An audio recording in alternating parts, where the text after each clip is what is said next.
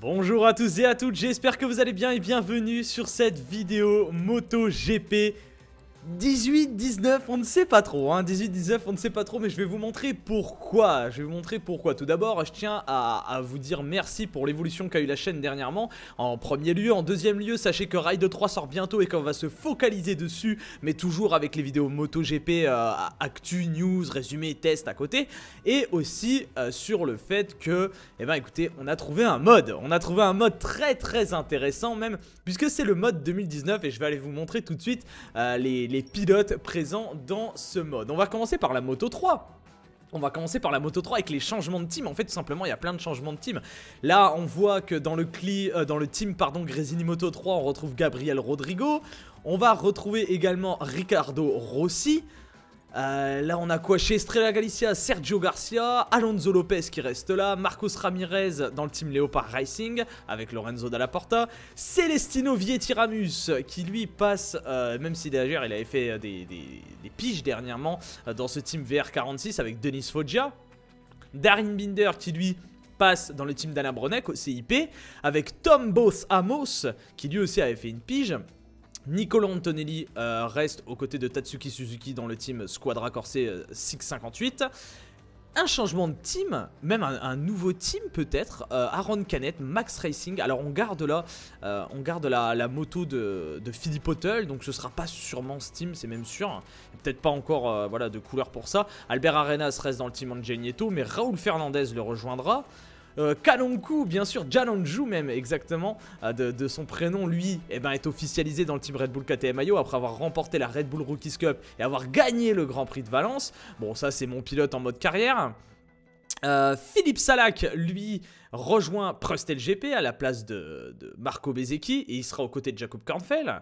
John McPhee passe dans le team Petronas Sprinter Racing alors qu'il était au CIP, aux côtés d'Ayumu Sasaki. Kazuki Masaki reste toujours chez RBA. Makar Yurchenko le rejoint. Makar Yurchenko qui avait fait un début de saison et finalement a été écarté du plateau et revient visiblement. Romano Fenati, le retour de Romano Fenati au team Marinelli Snipers Team aux côtés de Tony Arbolino. Alors pour l'instant, il n'y a pas la moto de Fenati visiblement, parce qu'on est sur le même numéro. Le mode n'est pas non plus parfait à 100%, mais quand même. Vicente Perez, Real Avintia Academy. Kaito Toba reste là où il est. Ayogura le rejoint. Ayogura qui a fait une très belle saison en Red Bull Rookies Cup. Andrea Migno rejoint Bester Capital Dubai aux côtés de Raume Massia. C'est tout pour la Moto 3. Quant à la Moto 2, Alex Marquez lui reste le fer de lance de Marc VDS Estrella Galicia 00. Aux côtés de Xavier Vierre qui change de team. Jorge Martin lui il monte en Moto 2 donc remplacera Miguel Oliveira avec ce numéro 88. C'est marrant parce qu'en Moto GP on a une KTM avec le numéro 88 et on en a une aussi en Moto 2 avec le numéro 88, ça c'est très marrant quand même. Brad Binder est toujours là, donc ce sera le coéquipier du coup de Jorge Martin. Lorenzo Baldassari reste là où il est avec Augusto Fernandez. Nicolo Bulega passe en Moto 2 apparemment. Alors ça c'est bien une info que je ne savais pas, vous voyez. Je n'étais pas au courant, je croyais que c'était compliqué pour Nicolo Bulega dernièrement. Apparemment d'après ce mode il y serait. Alors attention, hein, c'est du conditionnel. Mais il faudra que je regarde à ça. Il sera aux côtés de Luca Marini, alors voilà, un nouvel arrivant. Sam Loves retourne dans son team fédéral Oil Gresini. Ça me fait très rire parce que Sam Loves c'est tellement compliqué et c'est quelqu'un d'adorable vraiment dans le paddock. Hein, tout le monde le dit, mais voilà, c'est les chutes. Finalement, il retourne dans ce team. Luka Stolovic, alors ça je ne connais pas du tout. Il sera chez Kiefer Racing, possiblement. Je ne connais pas du tout ce pilote. Marcel Schroeter, lui, Dynavolt Intact GP, aux côtés d'un pilote MotoGP, un ancien pilote MotoGP, Tom Luthi, que voici. Enea Bastianini passe donc en Moto 2 dans le team Italtrans, aux côtés d'Andrea Locatelli. Iker Lecuona reste dans ce team après cette très belle prestation d'Iker au Grand Prix de Valence. Joe Roberts reste chez... Ah non, il ne reste pas chez NTS, Joe Roberts visiblement. Il passe aussi dans le team de Fred Corminboeuf, dans le team suisse. Marco Bezzecchi passe sur Tech 3 Racing, qui monte maintenant non plus des Mistral, mais des KTM en châssis, avec des moteurs Triumph pour l'année prochaine. Philippe Autel sera son coéquipier, passage aussi de la Moto 3 à la Moto 2. Simone Corsi, lui, reste où il est. Rémi Gardner passe au SAG. Jorge Navarro change, donc switch entre Jorge Navarro et Sam Loves, je crois, du coup, parce que Jorge Navarro passe chez Beta Speed Up. Fabio Di Gianantonio sera son coéquipier. Boben Schneider passe de Tech 3 à NTS, donc changement aussi pour Boben Schneider. Steven Odendal reste chez NTS, il y était déjà. Dominique Eigarter, Dominique Eigarter passe chez MV Agusta Forward Racing, visiblement. Stefano Manzi sera son coéquipier, forcément. Dimas Équipe Ratama, je savais pas qu'il allait rejoindre la Moto 2, tant mieux, il est chez Idemitsu, aux côtés de Somkiat Chantra. Chantra qui a été très très bon sur les épreuves, les compétitions asiatiques. Donc il sera son coéquipier. Tetsuta Nagashima, lui, ne change pas de team. Kerulidam Pawi, le fameux, est chez Petronas Sprinter Racing. Et on passe à la MotoGP, mes amis. La MotoGP avec Marc Marquez, et vous le savez, son coéquipier, ce sera personne d'autre que Jorge Lorenzo. Voilà, Jorge Lorenzo. Alors, le mode n'est pas totalement fini, donc les combinaisons, les casques et tout, vous voyez, les textures et les formes ne sont pas parfaites encore, parce que le mode n'est pas encore totalement fini. Voilà, mais sinon, on est sur cette base. Hein. On est sur cette base. Voilà, Jorge Lorenzo, l'année prochaine, aura ces couleurs-là. Ensuite, on retrouve Andrea Dovizioso comme coéquipier changement. On passe à Danilo Petrucci, que voici. Danilo Petrucci, Valentino Rossi et Maverick Viñales ne changent pas de team quant à eux.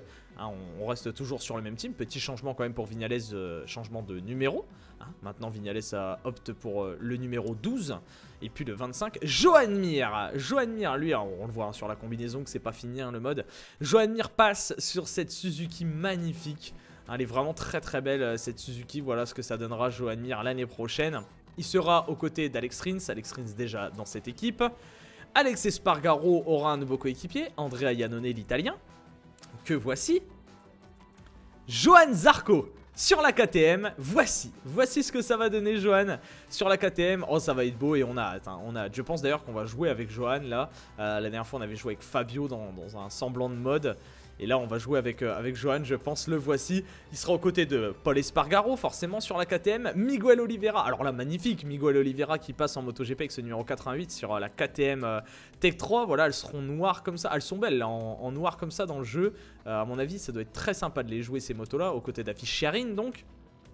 Que voici, Cal Crutchlow ne change pas de team, Cal Crutchlow il reste là, aux côtés de Takaaki Nakagami. Francesco Bagnaia, lui, il arrive chez Ducati Pramac. Le voici, Francesco, hein, chez Ducati Pramac, aux côtés de Jack Miller. Tito Rabat, lui, il reste ici. Karel Abram change de team pour le rejoindre. Voilà, Karel Abram dans ce team Avintia. Fabio Quartararo et Franco Morbidelli, les deux nouveaux pilotes qui viennent sur des motos, sur des Yamaha, voilà, qui ressembleront possiblement à ça. On espère un petit peu plus de bleu dégradé comme en Moto 3 ou en Moto 2. Et elles sont très très très belles. Voilà, donc Fabio pour l'année prochaine, aux côtés de Franco Morbidelli. Voilà donc cette line-up. Écoutez, on va prendre Johan et on va aller faire un petit test à Jerez, une petite course à Jerez, tout simplement. Option de la course, non, bon, on va aller faire un test, voir ce que ça donne, et on va aller voir les autres pilotes aussi. Donc on va aller directement dans contre-la-montre nouveau, enfin dans Grand Prix pardon. Choisir le circuit Jerez, c'est bon. Option de la course, on va se mettre en qualif, hein. De toute façon on va rester en qualif pour l'instant.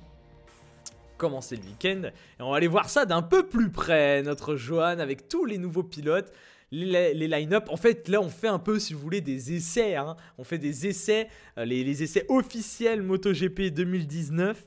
Voilà, et ça fait très plaisir parce que c'est vraiment quelque chose qui offre, si vous voulez, comment expliquer, ça offre une nouvelle dimension au jeu. Le jeu c'est essoufflé, en plus on n'a pas eu de DLC sur MotoGP 18, là ça offre vraiment de la nouveauté, donc ça fait très très plaisir. Très plaisir, voilà, donc notre Johan qui arrive, il est beau hein, dans sa petite combar KTM, il est très beau, il n'y a pas à dire.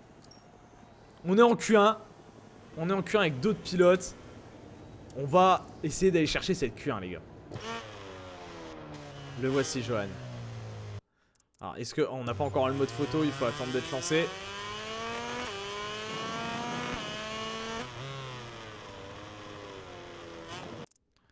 On On va se mettre un petit mode photo. Voilà. Oh là là là là là là là là.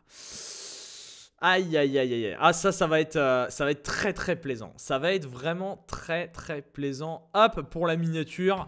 C'est parfait ça. Ça c'est parfait pour la miniature. Allez. On se lance du coup avec Johan. Oh, ça fait une éternité hein, là, que j'ai pas joué à Valencia. Avec une KTM. C'est la première fois que j'y joue en plus. Donc on va vraiment y aller. Voilà. On va vraiment y aller mollo. Pour éviter de tomber n'importe comment. Surtout que dernièrement j'ai joué quasiment qu'avec que des Moto 3. Allez, on est parti. Une 29 444 à battre d'Alex Rins pour l'instant.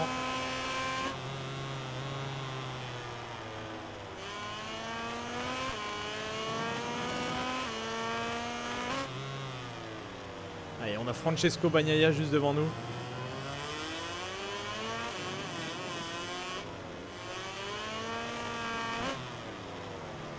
Je suis entré, j'ai déclenché ma prise d'angle un peu tard.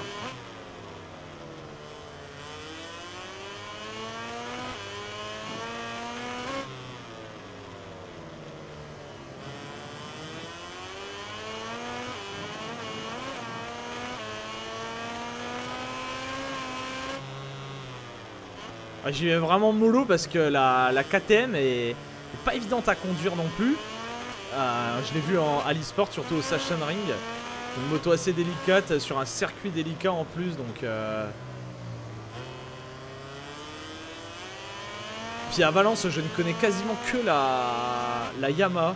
Je n'ai joué quasiment qu'avec que cette moto.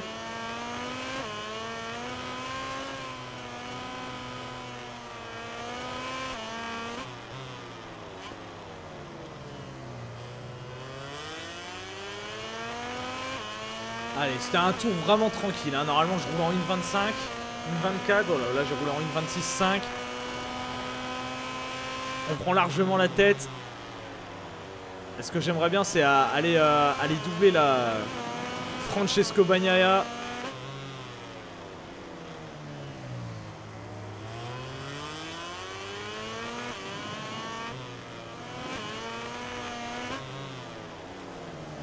Allez, il va tenter de croiser. Oh là là, attention, hein. Attention Francesco. Est-ce que ça serait pas un pilote KTM devant? Ouais, j'étais concentré sur devant là et j'ai pas vu Bagnaia qui m'a un peu tamponné. Je crois que c'est un pilote KTM hein, devant, je crois que c'est Miguel Oliveira. Bon voilà, de toute façon on a fini cette... on va faire un retour au stand, on a fini cette Q1 et on va passer en Q2 quand même, histoire de voir les autres pilotes. Hein. Histoire de voir les autres pilotes. Ah, ils nous ont quand même mis Fabio Quartararo avant-dernier. Fabio fera mieux que ça, allons bon Fabio. Bien sûr qu'il fera mieux que ça. Alors oui, non, faut que j'aille là, c'est vrai. Hop, et que je termine ça. Voilà. Là, normalement, paf, ça va se décanter. Je l'espère. Allô. Voilà. La première séance de qualification. Allez, on va aller à cette Q2 vite fait voir. On va voir un petit peu ce que ça va donner cette Q2. Ah, c'est vrai que ça fait plaisir. C'est vrai que ça fait très plaisir de retrouver comme ça le plateau qui change. Et ça donne vraiment une autre dimension au jeu. Comme je vous l'ai dit, il n'y a pas eu de DLC. Donc on se lasse très vite et on a envie d'un peu de changement. Et ben voilà, là on a le changement. On va juste refaire un tour là avec un départ des stands. Allez. Avec un départ des stands de Johan avec la KTM. Et le pilote semble très concentré. Nous allons voir s'il peut améliorer son temps. Ah, ça fait vraiment test, voilà. Oh là là là là là là. Oh là là là là. Ça fait vraiment test MotoGP. Ah, c'est magnifique. J'adore. Ça fait vraiment test de Valencia.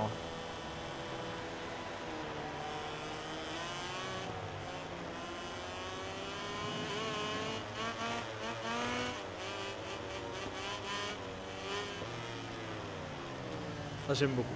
Allez, on va rouler maintenant. On va rouler tranquillement, voir si des pilotes nous rattrapent, nous doublent ou... Bon, quoi que non, allez, on va avoiner, hein, tant qu'à faire. Marquez qui a le meilleur temps, les gars. En 1.28.4. Oh là là, Johan qui a failli nous faire très peur. Allez, on va se mettre en tour lancé. Ah non, non, merde. Ça, voilà, tour lancé. Voilà, allez, on va se mettre en tour lancé. On va regarder un petit peu à ça. Y'a pas un pilote qui va arriver, là? Un petit peu de motocross, hein. KTM sont bons dans ce domaine. Ah, il y a un pilote qui arrive. Quel pilote arrive? Quel pilote arrive pour voir si on roule avec lui ou pas? Ah, mais c'est Rossi. Eh bah tant mieux, c'est Rossi. Et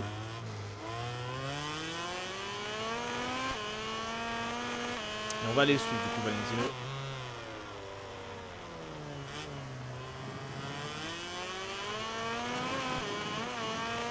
On va voir un petit peu ce que la KTM vaut à l'ancienne Yamaha de Zarco. On va dire ça, ancienne Yamaha, hein. Même s'ils n'avaient pas exactement la même.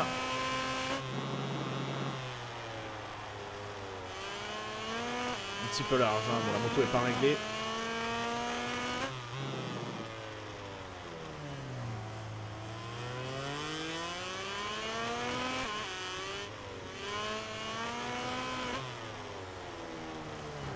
Oh là là là là, il est venu tamponner à la Marquez, il est venu tamponner l'Italien. Allons Zarco. Alors moi je suis pas d'accord sur... j'entends beaucoup de gens dire que Zarco n'aurait jamais dû aller chez KTM et tout. Je suis vraiment assez déçu de lire ça parce que faut soutenir Johan justement. Ça doit pas non plus être facile pour lui de changer comme ça de team. C'est pas qu'il va un peu à l'inconnu mais quasiment. Et voilà, là je vois beaucoup de fans qui sont contre ça. Et bah moi je pense justement qu'il va faire une très belle saison Johan à bord de cette machine autrichienne. J'ai vraiment hâte de le voir rouler. En course à mon avis ça va être très sympa. Juste le temps qu'il s'y habitue et voilà. Pareil pour Fabio, hein, ça va être vraiment sympa je pense.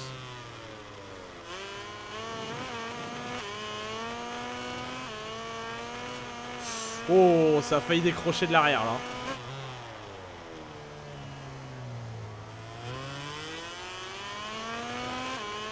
Allez, on va en finir avec ce tour. On va se mettre en mode course vite fait pour voir le plateau en entier. Ce plateau MotoGP, puis on s'arrêtera là. C'est la fin de... Allez, on va regarder à ça.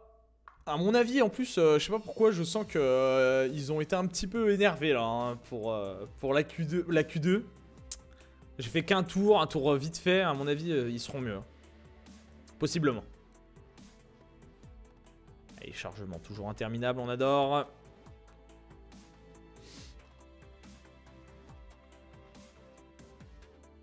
Allez, allez, allez. Voilà. Nous avançons. Alors, qu'est-ce que ça donne? Bah, on est 3ème. Est-ce qu'on peut faire un... Bon, c'est pas grave.